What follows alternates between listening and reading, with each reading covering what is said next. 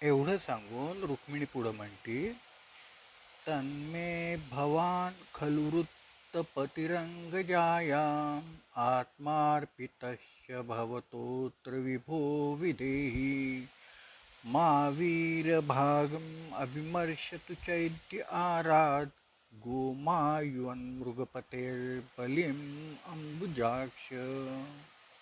हे प्रभो, मी आपल्याला पती म्हणून वरलेला आहे. मी माझं सर्वस्व आपल्याला अर्पण केलं आहे. आपण इथे येऊन माझा पत्नी म्हणून स्वीकार करा. हे कमलनयना, आपल्यासारख्या वीराचा भाग कोल्ह्यानं न्यावा, तसा शिशुपालनं पळवू नये. रुक्मिणी म्हणते, देवा, कुल, शील, रूप, विद्या, वय, द्रव्य, धाम या बाबतीत कोणीही तुमच्या बरोबरीला येऊ शकत नाही. तरीही आपणाला केवळ मन दिलं तेव्हा त्यांना तुम्ही उच्च पदावर नेऊनच ठेवलं. हा तुमचा स्वभाव आहे. त्यामुळं आता मी तुम्हाला मन दिलेलं असल्यामुळं आपण मला नाकारू शकत नाही. तुम्हाला काय द्यावं लागतं याचा काही नियम वेदामध्ये, पुराणामध्ये, उपनिषदांमध्ये सांगितलेलं नाही आहे. खरं तर तुम्हाला कशाचीच गरजच नाही.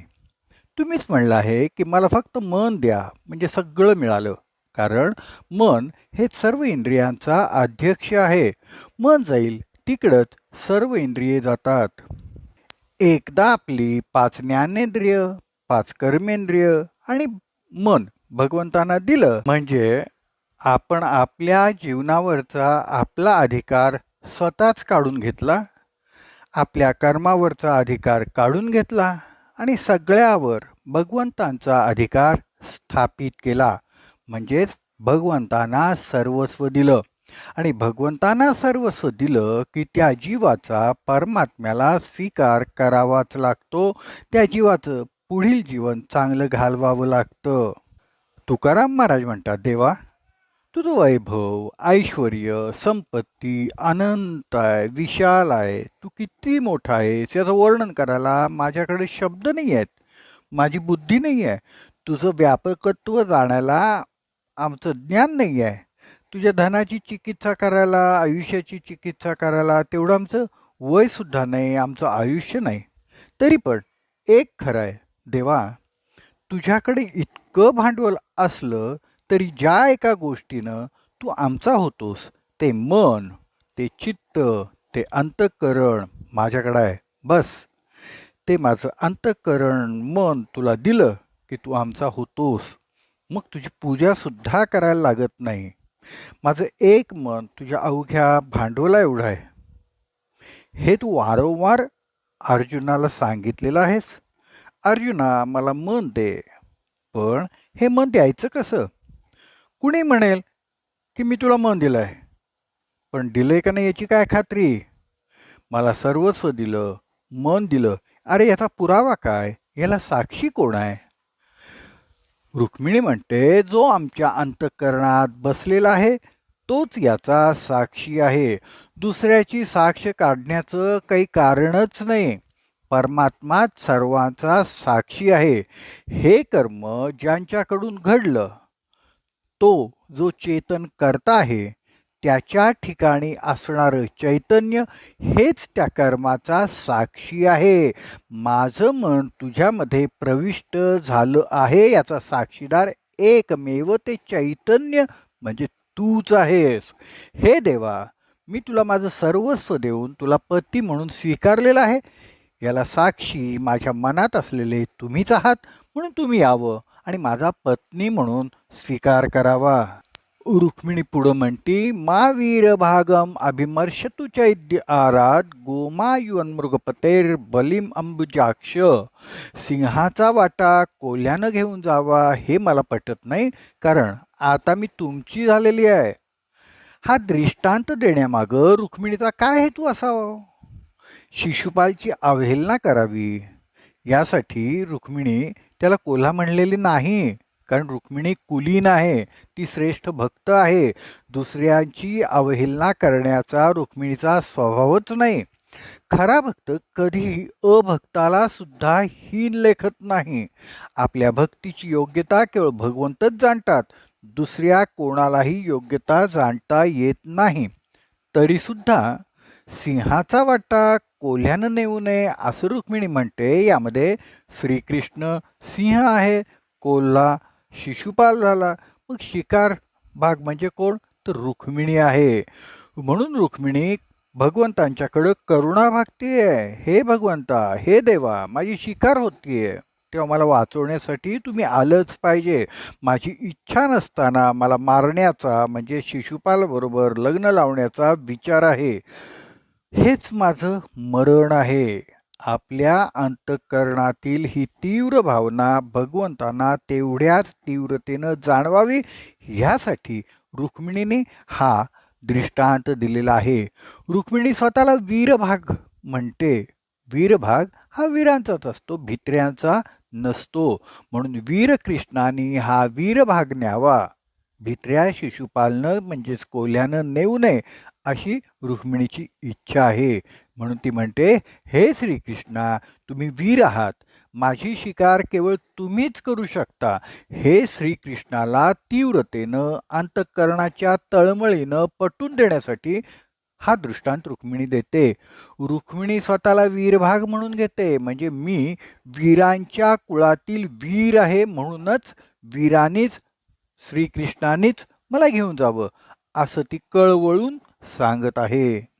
पुढं रुक्मिणी म्हणते, पूर्तेष्ट दत्त नियमव्रत देव विप्र गुरुवर्चनादिभिरलं भगवान परेश आराधितो यदि गदाग्रज एत्य पाणिं गृह्णन्तु मेन दमघोष सुतादयोज्ञे.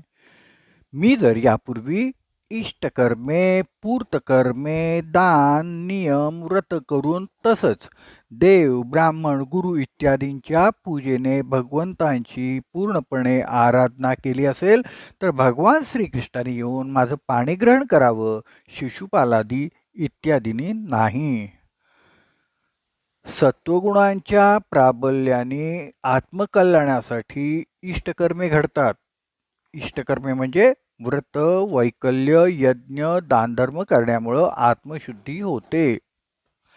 रजोगुणाच्या प्राबल्याने लोककल्याणाकरता पूर्तकर्मे घडतात. पूर्तकर्मे म्हणजे लोकांच्यासाठी विहिरी खणणं, तलाव खणणं, वाटसरुणास सावली मिळावी म्हणून रस्त्याच्या कडेला वृक्ष लागवड करणं, यात्रेकरूंच्यासाठी धर्मशाळा बांधणं, मनोरंजनासाठी बागा उद्याने बनवणं, ह्यामुळे सुद्धा आत्मशुद्धी होते. याखेरीज देव, ब्राह्मण आणि गुरूंची पूजा करून भगवंतांचीच आराधना केलेली आहे. या सर्व कर्मांचा शेवटचा परिणाम काय होतो? काय मिळतं? तर केवळ अंतःकरण शुद्धी होते. शुद्ध अंतःकरण केवळ परमात्म्यामध्येच प्रवेश करतं. इतर ठिकाणी शुद्ध अंतःकरण जाऊ शकत नाही. आणि म्हणूनच रुक्मिणी म्हणते, हे अच्युता, माझं मन लज्जा सोडून तुमच्यामध्ये प्रविष्ट होत आहे. त्वय्यच्युता विशती चित्तमपत्रपम मे. कारणावरून कार्याचं अनुमान करता येतं. त्यानुसार माझ्या मनाने, माझ्या चित्ताने आपल्यामध्ये प्रवेश केला आहे. म्हणजेच ह्यापूर्वी पूर्वजन्मात अंतःकरण शुद्धीसाठी मी इष्टकर्मे, पूर्तकर्मे केलेलीच असणार, देव, ब्राह्मण, गुरूंची पूजा केलेलीच असणार. हे रुक्मिणी कशाच्या जोरावर बोलतीये? तर स्वतः केलेल्या कर्मावरील श्रद्धेपोटी, विश्वासापोटी रुक्मिणी हे बोलत आहे. यासाठी आपण जे काय व्रत, दानधर्म, कर्म करतो त्यामध्ये आपली श्रद्धा हवी, विश्वास हवा. गुरु ब्राह्मणांची पूजा आणि दानधर्मानं अंतःकरणात वैराग्य वाढू लागतं. म्हणजेच हळूहळू मन, अंतःकरण शुद्ध होऊ लागतं. आणि शुद्ध मन आणि शुद्ध अंतःकरण असेल तरच भगवान श्रीकृष्ण पाणीग्रहण करायला येतील, त्याशिवाय येणार नाही. रुक्मिणी म्हणते, मी माझं अंतःकरण तुम्हाला दिलेलं आहे, तेवढ्यानंच तुम्ही मन देणाऱ्याला आपलंसं करता. म्हणून माझी विनंती आहे की गदचा भाऊ जो श्रीकृष्ण आहे त्यानेच माझं पाणीग्रहण करावं. शिशुपाल किंवा त्याचे मित्र किंवा अनेक जण माझ्याशी विवाहाला अत्यंत उत्सुक असलेले जे आहेत त्यांनी माझं पाणीग्रहण करू नये. या श्लोकातून रुक्मिणी पूर्तकर्मे, इष्टकर्मे, दान धर्म या सगळ्यांचं महत्त्व सांगतेय. भगवंतांच्या प्राप्तीसाठी साधकानं काय केलं पाहिजे म्हणजे आपली मनोकामना पूर्ण होईल ते ती सांगतेय. पण या सगळ्यावर आपली श्रद्धा असणं, विश्वास असणं हे अत्यंत आवश्यक आहे.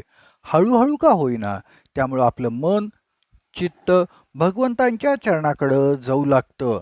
परब्रह्म स्वरूपाचा बोध हळूहळू होतो. हळूहळू परिणाम होणं ही अधिकाराची निश्चिंती आहे. हे केवळ श्रद्धा, विश्वासानं कर्म करण्यानंच साध्य होतं असं रुक्मिणी सांगत आहे. पुढं रुक्मिणी म्हणते, शोभाविनी त्वमजितोद्वहने विदर्भान् गुप्तः समेत्य पृतनापतिभिः परितः निर्मथ्य चैद्यमगधेन्द्रबलं प्रसह्य मा राक्षसेन विधिनोद्वहवीर्यशुल्काम्. हे अजिता, विवाहाच्या आदल्या दिवशी आपण आमच्या राजधानीमध्ये गुप्तपणाने या आणि सेनापतींसह शिशुपाल, जरासंध यांची सेना बळानं उद्ध्वस्त करून टाका आणि पराक्रमाचं मोल देऊन राक्षस विधीनं माझं पाणी ग्रहण करा. हा 5वा श्लोक आहे. पहिल्या 4 श्लोकांमध्ये रुक्मिणीने आत्मनिवेदन केलं, आपल्या मनातल्या अत्यंत तरल प्रेम भावना व्यक्त केल्या आणि आपण माझं पाणी ग्रहण करावं असं श्रीकृष्णांना सुचवलं आहे. एवढं सांगितल्यानंतर श्रीकृष्ण आपले पाणी ग्रहण करण्यासाठी आले तर त्यांना काय अडचणी येतील, काय अडथळे येऊ शकतील याचा विचार रुक्मिणी करायला लागली. श्रीकृष्णांच्या मनामध्ये काय विकल्प, समस्या येऊ शकतात त्या पातळीवर त्या विकल्पांचा, समस्यांचा विचार करू शकते तीच श्रीकृष्णांची पत्नी होऊ शकते. म्हणून रुक्मिणी जाणते की ज्याला लहानपणापासून चोऱ्या करायची सवय आहे, अंधारात चोरी करायचा सराव आहे, तो मला रात्री किंवा दिवसासुद्धा कुणालाही नकळत सहजपणे पळून नेईल. पण रुक्मिणीला असं नको आहे. मला पळून नेलं तर कुणालाही पळून नेऊन हा लग्न करतो असा श्रीकृष्णाला कलंक लागेल. श्रीकृष्णाला अपवाद लागू नये अशी तिची इच्छा आहे. कारण कलंक लागला, अपवाद लागला तर तो अनेक जन्मांचं आपलं कर्तृत्व, चारित्र्य धुळीला मिळवतो आणि त्यामुळं मनाला बोच लागते. यापेक्षा मृत्यू परवडला असं वाटायला लागतं. म्हणून रुक्मिणी सांगते, राक्षस विधीने माझ्याशी विवाह करा. राक्षस विधी म्हणजे वरानं उजव्या हातानं वधूच्या उजव्या हाताचं मनगट धरून सर्वांच्या समक्ष तिला घेऊन जाणं. मग इतर कोणत्याही विधीची गरज नाही. सर्वांच्या समक्ष घेऊन जाताना जे विरोध करतात त्यांच्याशी युद्ध करून म्हणजेच पराक्रमानं तिला घेऊन जावं. पराक्रमानं घेऊन जावं म्हणजेच वीर्य शुल्क देऊन मला घेऊन जावं. जरासंध, दंतवक्र, शाल्व, पौंड्रक, शिशुपाल या सर्वांच्या सेनेला पराभूत करून सर्वांच्या समक्ष मला घेऊन जावं. म्हणजे सगळ्यांना समजेल हा श्रीकृष्ण काही सामान्य नाही आहे तर असामान्य आहे. यासाठी आदल्या दिवशी राजधानीमध्ये गुप्त रूपानं यावं. गुप्त रूपानं म्हणजे आपलं बळ, सैन्यबळ यांचं प्रदर्शन न करता यावं. पुढं रुक्मिणी म्हणते, अंतपुरांतरचरीं निहत्य बंधुं स्वामुद्वहे कथमिति प्रवदाम्युपायम् पूर्वेद्युरस्ति महती कुलदेवी यात्रा यस्यां बहिर्नववधुर्गिरिजामुपेयात. आपण जर असा विचार करत असाल की अंतःपुरात असणाऱ्या माझ्याशी बंधूंना न मारता विवाह कसा करावा तर मी आपल्याला एक उपाय सांगते. विवाहाच्या आदल्या दिवशी कुलदेवतेचं दर्शन करण्यासाठी एक यात्रा निघते.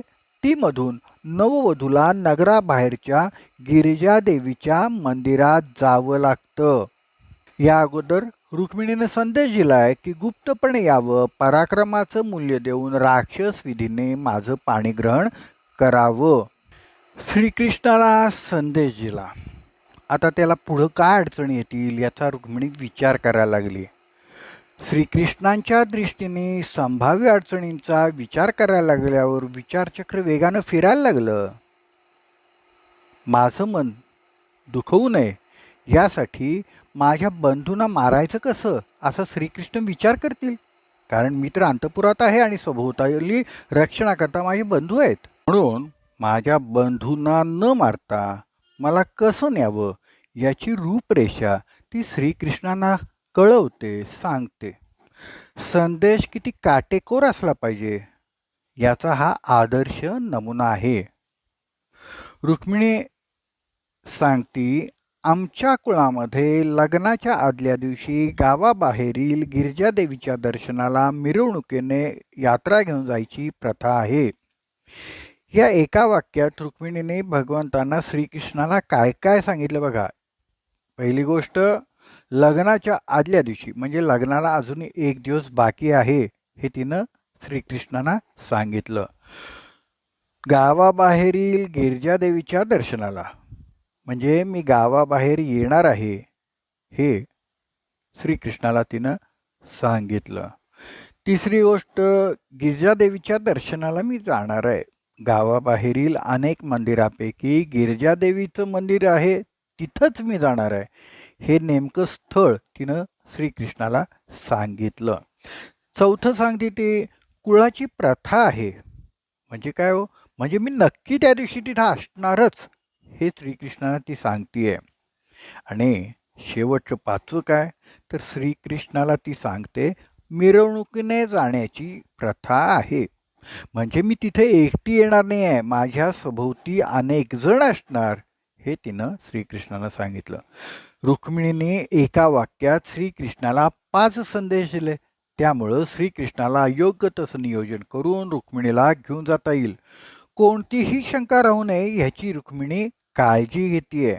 बघा, शब्दांचं सौंदर्य, शब्दांचं सामर्थ्य किती आहे. एका वाक्यात रुक्मिणीने श्रीकृष्णाला हा दिव्य संदेश दिला. अंतपुरात रक्तपात न करता मला गावाबाहेरूनच न्यावं असं ती सुचवते. आणि शेवटी रुक्मिणी म्हणते, यस्यांघ्रि पंकजरज स्नपनम महांतो वाञ्छन्त्युमापतिरिवात्म तमोपहत्ते यैरम्बुजाक्षनलभेय भवत्प्रसादं जह्यामसूनवृतकृशा शतजन्मभिस्यात्. हे कमलनयना, शंकरांसारखे, महादेवांच्या सारखे मोठमोठे देवसुद्धा आत्मशुद्धीसाठी आपल्या चरणकमलांच्या धुळीनं स्नान करू इच्छितात. मी जर आपला तो प्रसाद प्राप्त करू शकले नाही तर व्रतय करून, शरीराला कृश करून मी प्राणत्याग करीन. मग आपल्या कृपेसाठी शेकडो जन्म का घ्यावे लागेनात? चालेल. इथं रुक्मिणीनं महादेवांचा संबंध कशासाठी आणलाय बरं? तिला सुचवायचंय, महादेवा, तुमच्या प्राप्तीसाठी पार्वतीनं किती कठोर तप केलं होतं हे आपण जाणता ना. तुम्ही कितीही तिला समजून सांगितलं बटुवेशामध्ये तरी सुद्धा ती तिच्या निश्चयापासनं कणभर सुद्धा ढळली नाही.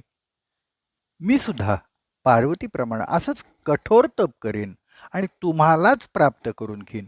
त्यासाठी शरीराला कितीही कष्ट पडले, प्राण गेले तरी हरकत नाही हे रुक्मिणीला सांगायचे, म्हणून तिनं हा संदर्भ दिलेला आहे. हे श्रीकृष्णा, आपल्या चरणधुलीनं महादेव सुद्धा धन्य झालो असं समजतात. या जन्मात मी आपल्याला प्राप्त करून घेऊ शकले नाही तरी तुम्हाला दोष देणार नाही, कारण मी आपल्या कृपेसाठी, प्राप्तीसाठी शेकडो जन्म वाट पाहायची माझी तयारी आहे. पण मी आपल्याशीच विवाह करेन. यातनं आपण काय बोध घ्यायचा आहे? आपल्याला काय बोध होतोय हो? की भगवंतांची कृपा कधी होईल याला काहीही नियम नाही. आपल्या भावना, आपली व्रत पूर्णत्वाला कधी जातात हे आपल्याला समजत नाही. व्रतांची पूर्तता, भगवत प्राप्ती, भगवत कृपा केवळ आणि केवळ भगवंतांच्याच इच्छेनं होते. म्हणून जोपर्यंत भगवत कृपा होत नाही तोपर्यंत साधना व्रते चालूच ठेवायची असतात आणि यासाठी संयम लागतो, यासाठी धीर लागतो. हे रुक्मिणी आपल्याला समजून सांगत आहे. तुम्ही केवळ व्रताचा साधनेचा आनंद घ्यावा, यासाठी भगवंत कृपा करत नाहीत असं समजा. परमात्मा तुम्हाला प्रतीक्षा करायला लावतो. का लावतो? स्वस्थ चित्तानं प्रतीक्षा केली तर ज्याची प्रतीक्षा अनंत काळपर्यंत करायला लागते तो काळ सुद्धा संकुचित वाटायला लागतो. साधनेवरील व्रतांवरील श्रद्धा विश्वास पाहिजे आणि साधनेमध्ये सातत्य हवं. त्यामुळंच ती साधना ती व्रते आपल्याला भगवंतांची प्राप्ती करून देतात. इथं रुक्मिणीचं 7 श्लोकांचं पत्र संपलं. सुदैवाने सांगितलं, मी हा गुप्त संदेश आपल्यापर्यंत पोहोचवला. आता आपण काही विचार करा आणि त्यानंतर जे काही करायचे ते करा. तत्वज्ञानाच्या दृष्टीनं हे बोलणं फार महत्त्वाचं आहे. सुदैव ब्राह्मण भगवान श्रीकृष्णांना प्रथम विचार करा आणि मग कृती करा असं सांगत आहेत. तेव्हा श्रीकृष्णाने सुदैवांचा हात हातात घेतला आणि ते हसत हसत म्हणाले, हे विप्रवर, रुक्मिणीचे मन माझ्यामध्ये प्रविष्ट झालं आहे असं ती म्हणते ते खरं आहे. पण माझं मन सुद्धा रुक्मिणीमध्येच प्रविष्ट झालेलं आहे आणि तिच्या चिंतनानं रात्री मला झोप सुद्धा लागत नाही. मी जाणतो की रुक्मी माझा द्वेष करतो, पण मी येईन. त्या नीच राजांना पराभूत करून माझ्यावर प्रेम करणाऱ्या रुक्मिणीला लाकडातून अग्निज्वाला न्यावी तसा घेऊन जाईन. या दृष्टांतामध्ये नाजूकपणा किती आहे बघा. लाकडात अग्नी असतोच, पण तो गुप्त असतो. घर्षणानंच लाकडातील अग्नी प्रकट होतो, तेव्हाच तो अग्नी दिसतो. श्रीकृष्ण सांगतात रुक्मिणीला, तिनं सांगितल्याप्रमाणे मी गुप्तपणाने येईन आणि गुप्तपणेच घेऊन जाईन. लाकडातून अग्नी नावा त्याप्रमाणे घेऊन जाईन असं म्हणून श्रीकृष्णाने रथाला सज्ज व्हायला सांगितलं आणि सुदैव ब्राह्मणासह रथात बसून ते तिकडं रुक्मिणीकडं निघाले सुद्धा. इथं कथा थांबवता येत नाही. आता रुक्मिणी विवाह करूनच विराम घ्यायचा असा संकेत आहे. दामोदर लीलेमध्ये श्रीकृष्णाला उखळाला बांधलं. इथं कथा थांबून चालत नाही. नंदबाबांनी येऊन त्या बाळकृष्णाला उखळापासनं सोडवलं हे सांगितल्यानंतरच कथेला विश्राम घेता येतो. श्रीकृष्णाने गोवर्धन पर्वत हाताच्या करंगळीवर उचलला. इथं कथा नाही थांबवता येत. उचललेला गोवर्धन नंतर त्यांनी खाली ठेवला. इथं कथा विराम करावी असा संकेत आहे. म्हणून आपण आता रुक्मिणीचा विवाह करूनच आजच्या कथेला विराम घ्यायचा आहे. कृष्ण विदर्भ नगरीत पोहोचले. भीष्मकांना समजल्याबरोबर त्यांनी पुढे येऊन त्यांचं स्वागत केलं. नंतर श्रीकृष्ण नगर पाहायला बाहेर पडले. ज्याने ज्याने श्रीकृष्णांना पाहिलं ते सगळे श्रीकृष्णांच्या सौंदर्याने अत्यंत मोहित झाले आणि प्रत्येकाच्या मनात आलं, सौंदर्यवती रुक्मिणीसाठी सौंदर्यवान श्रीकृष्णच योग्य वर आहे. प्रत्येक जणाला असं वाटलं, प्रत्येक जण असं बोलायला लागलं. नंतर श्रीकृष्ण महालात आले. आता ज्यांना श्रीकृष्णांचं दर्शन झालेलं नव्हतं ते सगळे लोक श्रीकृष्णांच्या दर्शनासाठी आले. दर्शन घेऊन धन्य झाले. प्रत्येक जण बाहेर जाताना म्हणायला लागले, श्रीकृष्णालाच रुक्मिणी द्यायला हवी, शिशुपालाला नाही. खरं म्हणजे सगळ्यांनी असंच म्हणावं यासाठीच श्रीकृष्णाने त्या नगरामध्ये फेरफटका मारला होता. राज्यकर्ते आपल्या बाजूला नसले तरी लोकमानस आपल्या बाजूला असेल तर राजकर्त्यांना आपल्या बाजूला वळावंच लागतं आणि श्रीकृष्णाने हेच सूत्र आपल्याला सांगितले आहे. रुक्मिणी विचार करत आहे की सुदैव ब्राह्मण अजूनही द्वारकेला पोचला असेल की नाही. श्रीकृष्णाने आपलं पत्र नंतर वाचू म्हणून बाजूला ठेवलं असेल की काय. आणि उशिरा जर त्यांनी पत्र वाचलं तर त्यांना येण्याकरता जरा जास्ती वेळ लागेल ना. म्हणून आपणही थोडा जास्ती वेळ लावावा काढावा. म्हणून ती गिरिजा देवीला रथातून जाण्याऐवजी ती जायचं ठरवते. तेवढ्यात सुदैव ब्राह्मण आला. त्यांनी प्रसन्नपणे हसूनच डोळ्यांनीच कार्यसिद्धी झाल्याचं सांगितलं. रुक्मिणीला अत्यंत आनंद झाला आणि तिनं सुदैव ब्राह्मणाला आपले कोपरापासून हात जोडून नमस्कार केला. रुक्मिणी देवदर्शनाकरता रथाऐवजी पायी पायीच निघाली. तिनं मौन धारण केलं. सोबत आई शुद्धमतीसह अनेक ब्राह्मण स्त्रिया सख्या आहेत. रुक्मिणीच्या भोवती तिच्या बंधूंच्या सह अनेक शस्त्रसज्ज सैनिक आहेत. मंगलवाद्यांचा गजर सुरू आहे. वाटेत अनेक जण नजराणे देत आहेत, भेटवस्तू देत आहेत. सगळ्यात पुढं गवई मंगलगान करतायत. मंदिराजवळ जाताच रुक्मिणीनं पाय धुतले, आचमन केलं. म्हणजेच ती बाहेरून आणि आतून पवित्र झाली आणि शांत मनानं तिनं देवीला वंदन केलं आणि प्रार्थना केली की भगवान श्रीकृष्णच पती म्हणून लाभावेत. नंतर तिनं सगळ्या ब्राह्मण स्त्रियांना आणि ब्राह्मणांना दान दिलं आणि सगळ्यांनी तिला अनेक शुभाशीर्वाद दिले. सगळ्यांना नमस्कार करून रुक्मिणी मंदिराबाहेर आली. आता रुक्मिणीचे नेत्र आणि मन गरुडध्वज कुठं दिसतो का याकडे होतं आणि सखीचा हात धरून रुक्मिणी मंदिराच्या पायऱ्या उतरायला लागली. आता रुक्मिणी जणू मायेची देवता, भ्रमाची देवी म्हणूनच अवतीर्ण झाली होती. ती तर साक्षात मायाच आहे. अत्यंत सुंदर आभूषण, सुंदर उत्तम वस्त्रे आणि सुवर्णकांतीमुळं तिचं सौंदर्य अवर्णनीय होतं. तिला पाहून सभोवतालचे अनेक जण नाही, सर्वजणच एकदम मोहित झाले.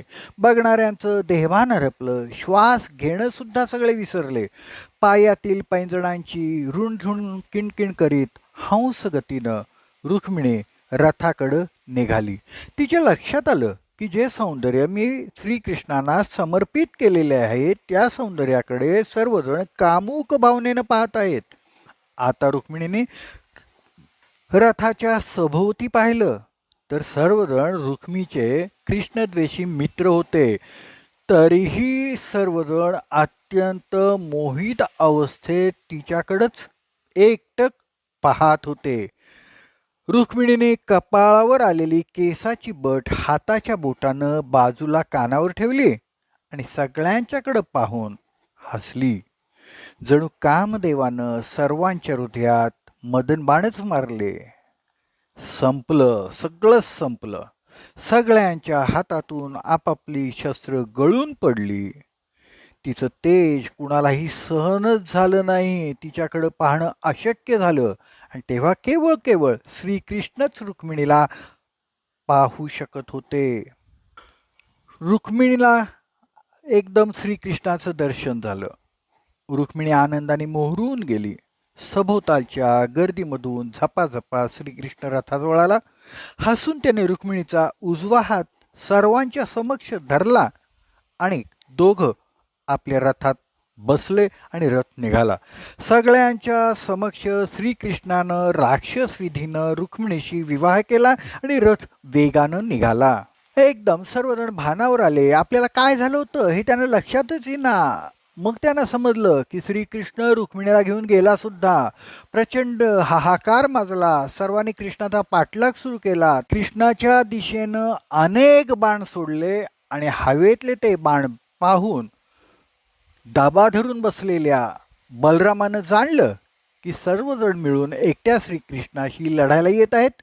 बलरामदादांनी सेनेला आक्रमणाचा आदेश दिला आणि बघता बघता सर्व कृष्णद्वेषी सेनेचा राजांचा पूर्ण पराजय केला. त्यावेळी शिशुपालाच्या पक्षातील सर्व राजांनी स्वतःचाच धिक्कार केला, आपल्या पराक्रमाचा धिक्कार केला, आपल्या शस्त्रांचा धिक्कार केला आणि ते म्हणायला लागले, अरे या गवळ्याच्या पोरानं सगळ्यांच्या समोर रुक्मिणीचं हरण केलं. सिंहाचा भाग हरणानं घेऊन जावा तसं रुक्मिणी म्हणाली होती. सिंहाचा भाग कोल्ह्यानं घेऊन जावा हे मला मान्य नाही, पण पराभूत राजे म्हणतात सिंहाचा भाग हरणानं घेऊन जावा हे मान्य नाही. इथं जरासंघ, पौंड्रक, दंतवक्र हे कोल्हे झाले आहेत, पण हरणानं भाग घेऊन जावं म्हणजे इथं हरण श्रीकृष्णाला म्हणलंय. इथं एकही राजा कृष्णाला कोल्हा म्हणण्याचं धाडसही करत नाही. शत्रूला सुद्धा श्रीकृष्णाला कोल्हा म्हणणं मान्य नाही. म्हणूनच रुक्मिणी म्हणते श्रुत्वा गुणान् भुवन सुंदर शृण्वतान्ते रूपम दृश्या दृश्यमताम अखिलार्थ लाभम. हरण सुंदरच असतं. ते कधीही सिंहाचा वाटा भाग घेऊन जात नाही, कारण हरण शाकाहारी आहे. तरीही सगळेजण श्रीकृष्णाला हरणच म्हणतात.